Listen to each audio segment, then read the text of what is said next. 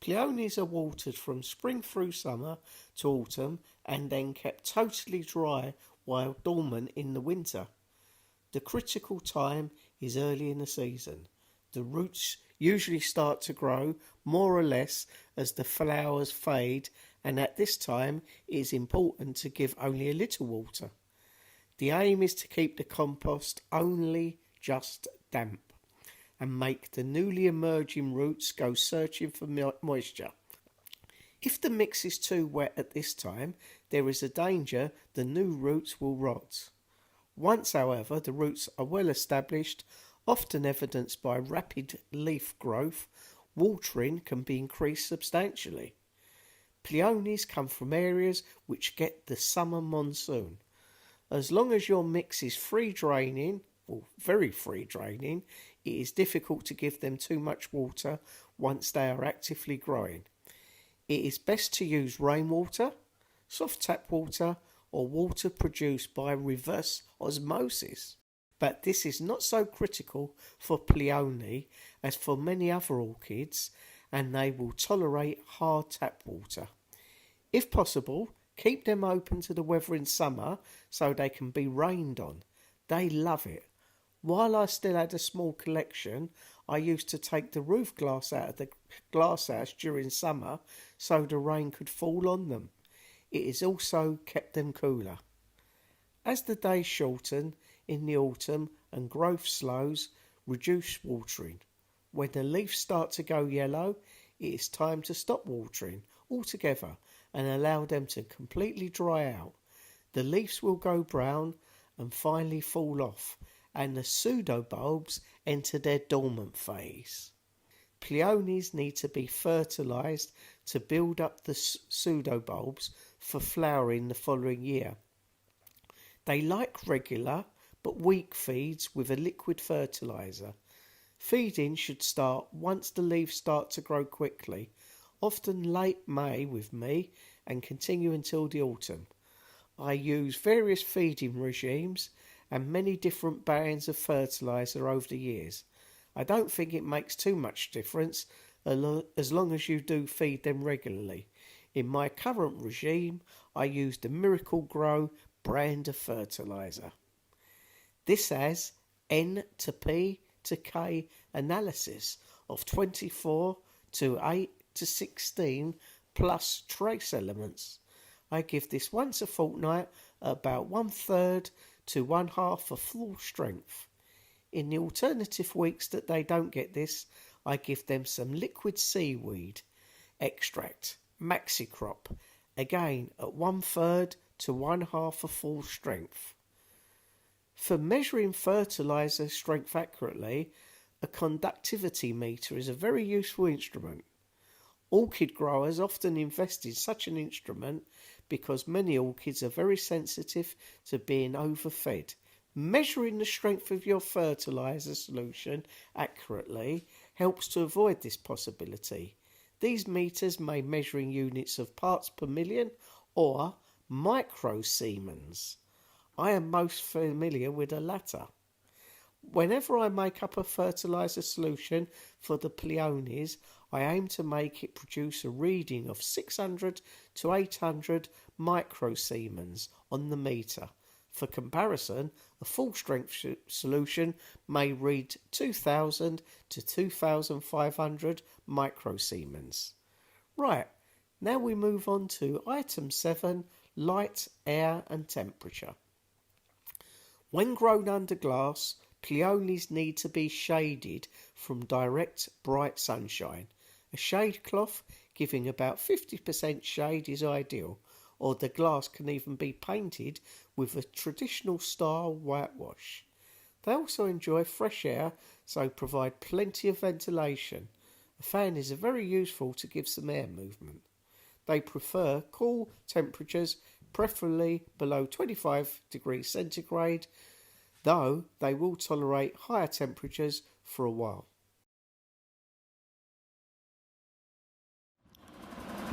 My father could convey complex spiritual concepts in very simple, down-to-earth Tamil. He once told me, in his own time, in his own place, in what really he is, and in the stage he has reached, good or bad. Every human being is a specific element within the whole of this manifest divine being. So why be afraid of difficulties, sufferings, and problems? When trouble comes, try to understand the relevance of your sufferings. Adversity always presents opportunities for introspection. Why don't you say this to people who come to you for help and advice? I asked my father. He put his hands on my shoulder and looked straight into my eyes. For quite some time, he said nothing, as if he was judging my capacity to comprehend his words. Then he answered in a slow, deep voice. He answered, filled me with a strange energy and enthusiasm. Whenever human beings find themselves alone, as a natural reaction, they start looking for company. Whenever they are in trouble, they look for someone to help them. Whenever they reach an impasse, they look to someone to show them the way out. Every recurrent anguish, longing, and desire find its own special helper. For people who come to me in distress, I am but a go-between in their effort to propitiate demonic forces with prayers and offerings. This is not a correct approach at all and should never be followed. One must understand the difference between fear-ridden vision of destiny and the vision that enables us to seek the enemy of fulfillment within ourselves.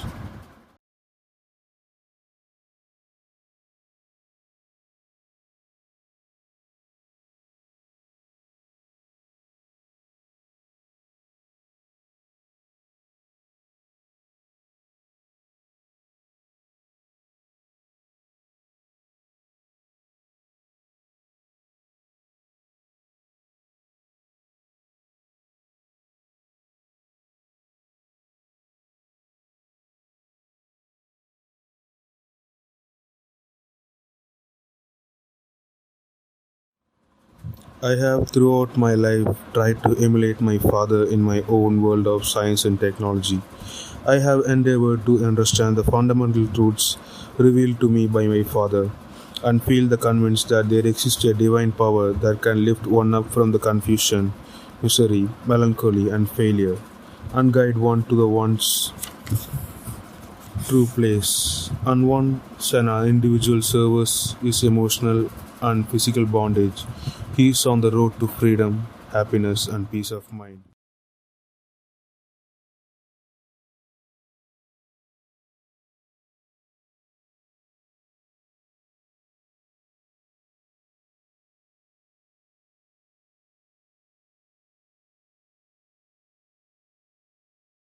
Buscar actividades que llenen el vacío es desafiante. Trato de mantener mi mente en orden, pero es difícil cuando, aunque mi cuerpo esté en casa, ésta está afuera, con los amigos que no puedo ver, los familiares que no puedo visitar y en la universidad a la que no puedo ir, como si estuviese tratando de vivir mi vida por mí, mientras esconde de la ansiedad que intenta apoderarse de mí, que me dice que este virus que nos aprisiona en un círculo vicioso, encerrado en 4 paredes, solo está empezando. Intentar escribir sobre el confinamiento ha sido tan desafiante como el confinamiento mismo. Puedo escribir, pero ¿sobre qué? ¿Qué estoy haciendo durante la cuarentena? No lo sé. He hecho tortas, he hecho ejercicio, he cocinado, he hecho los quehaceres de la casa, he hablado con personas, he intentado seguir mis estudios, he reído, he llorado, pero nada de lo anterior se siente real. Hay días en los que siento que todo está bien, que he empezado a adaptarme, pero el latente dolor en la mandíbula hace que me percate que he estado apretándola por demasiado tiempo. El ardor en mis labios me dice que los he estado mordiendo hasta sangrar. Es aquí cuando entiendo que no estoy adaptándome y que no estoy viviendo, solo estoy reaccionando a lo que está fuera de mi control. Llorar de alivio cuando empezó la Semana Santa me hizo caer en cuenta de lo exhausta que estaba, de lo mucho que me estaba dejando consumir por la universidad, pero ¿a quién culpamos? La universidad solo intenta cumplir con el semestre y yo solo intento cumplir a la universidad, aunque algunas veces sea inevitable pensar que la universidad no me está cumpliendo a mí. Estar todo el día en casa nos ha borrado la línea invisible entre la vida estudiantil y la vida privada. Me despierto para estudiar y me voy a dormir para poder seguir estudiando, lo cual en teoría ha sido parte de mi vida desde que tengo uso de razón, pero creo que las circunstancias en las que nos encontramos me permiten sentir que no puedo exigirle a mi salud como siempre lo he hecho.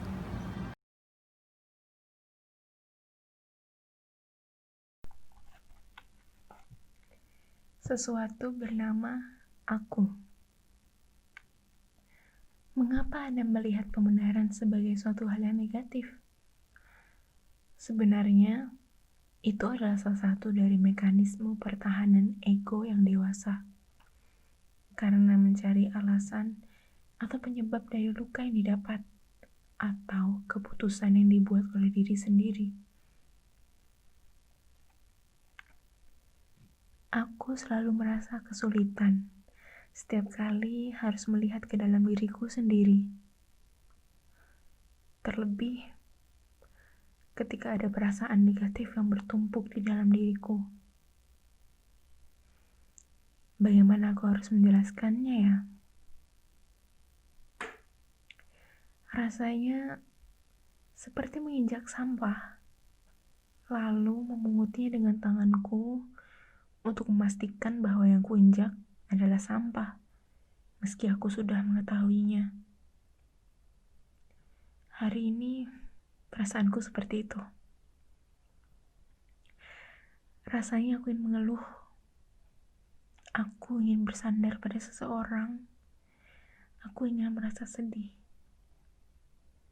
Karena saat ini, rasa sedih dan depresi adalah perasaan yang paling dekat, paling familiar, dan kuanggap sebagai jalan yang paling benar bagi diriku. Aku rasa itu adalah kebiasaan yang melekat dalam diriku, seperti ketika terbangun di jam yang sama setiap pagi. Semua akan menjadi baik-baik saja seiring berjalannya waktu. Tidak. Segala sesuatu memiliki sifat yang terus bergerak dan berubah. Kehidupan pun akan berubah-ubah. Dari baik menjadi buruk, dan kembali lagi menjadi baik. Begitu seterusnya, seperti ombak. Jika hari ini merasa sedih, besok akan merasa bahagia. Lalu, tidak masalah jika hari ini merasa bahagia, kemudian esok hari merasa sedih. Hal yang terpenting adalah aku harus mencintai diriku sendiri. Hanya ada satu aku di dunia. Dengan begitu, aku adalah sesuatu yang amat spesial. Diriku adalah sesuatu yang harus aku jaga selamanya. Diriku adalah sesuatu yang harus kubantu dengan perlahan. Kutuntun selangkah demi selangkah dengan penuh kasih sayang dan kehangatan.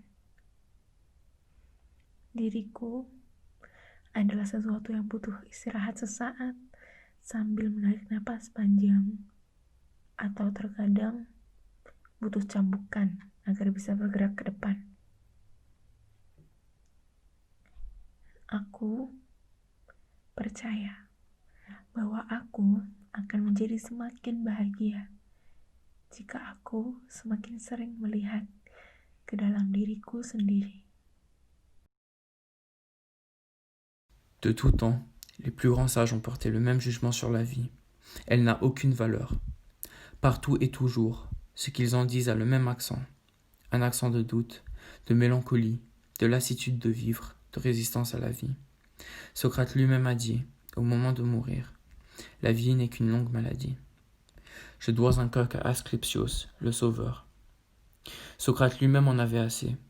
Qu'est-ce que cela démontre? Qu'est-ce que cela montre?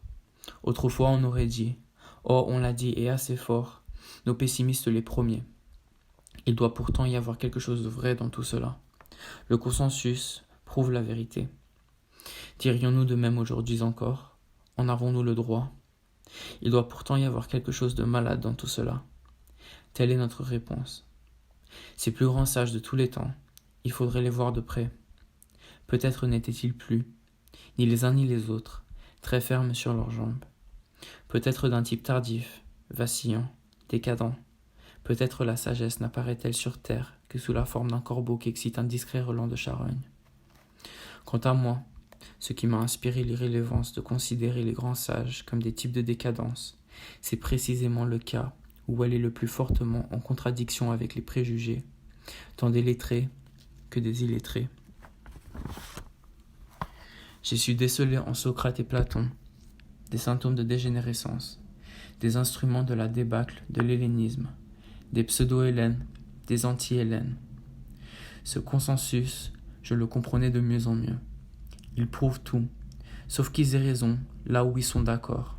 Ils prouvent plutôt qu'entre eux-mêmes, tous ces grands sages existaient comme un accord d'ordre physiologique, qui les amenait à adopter la même attitude négative à l'égard de la vie, et à ne pouvoir faire autrement.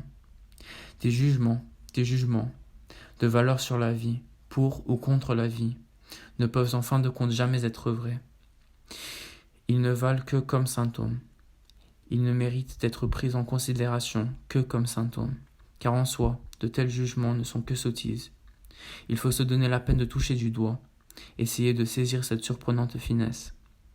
La valeur de la vie ne saurait être évaluée par un vivant, car il est à partie et même objet du litige et non litige, pas davantage par un mort, pour une toute autre raison, de la part d'un philosophe.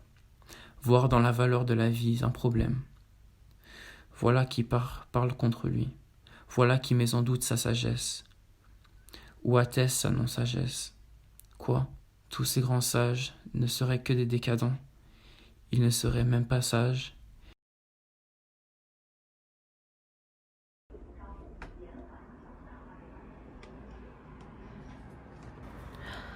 我不擅长于扔掉东西，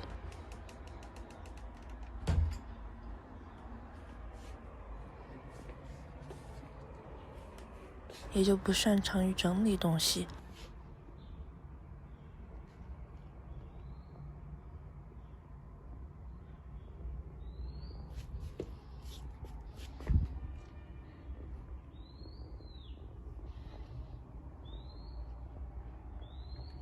任何一件小东西，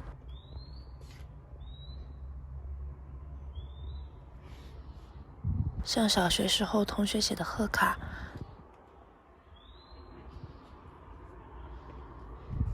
初中时候朋友送的八音盒，和喜欢的人出去抓的娃娃，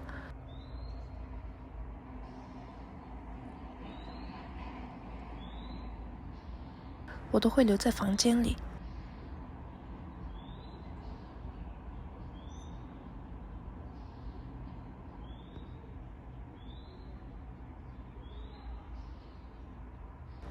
很多时候，这让我的房间看起来像个垃圾堆。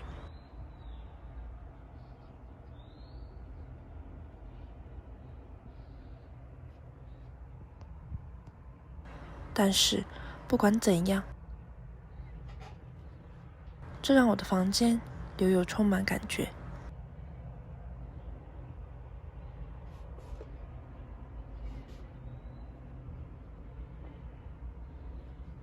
我喜欢在房间里看书，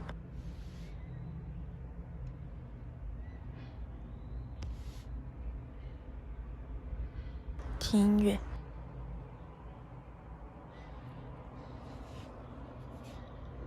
写点东西，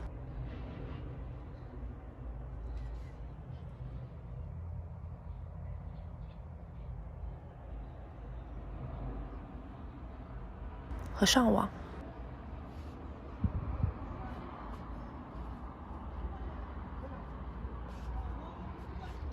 更多时候，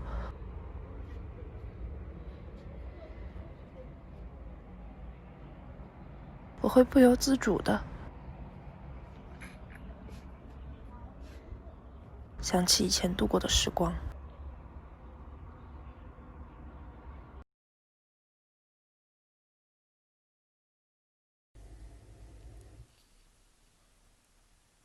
non chiedere.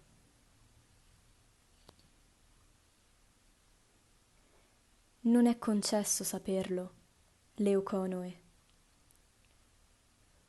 Il destino che a me e a te hanno dato gli dei. Non consultare i calcoli dei caldei.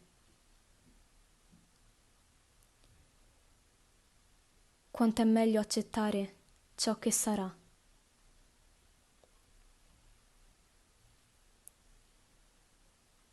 Sia che Giove ci abbia assegnato molti inverni, o per ultimo questo che logora il mare Tirreno contro gli scogli.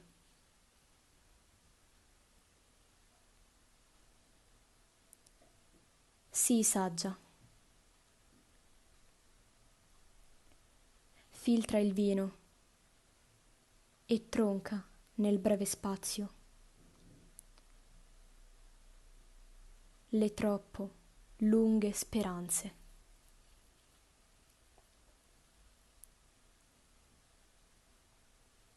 Mentre parliamo, sarà già fuggito.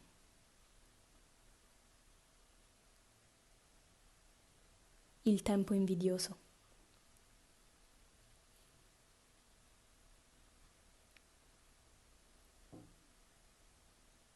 Cogli l'attimo e affidati meno che puoi al domani.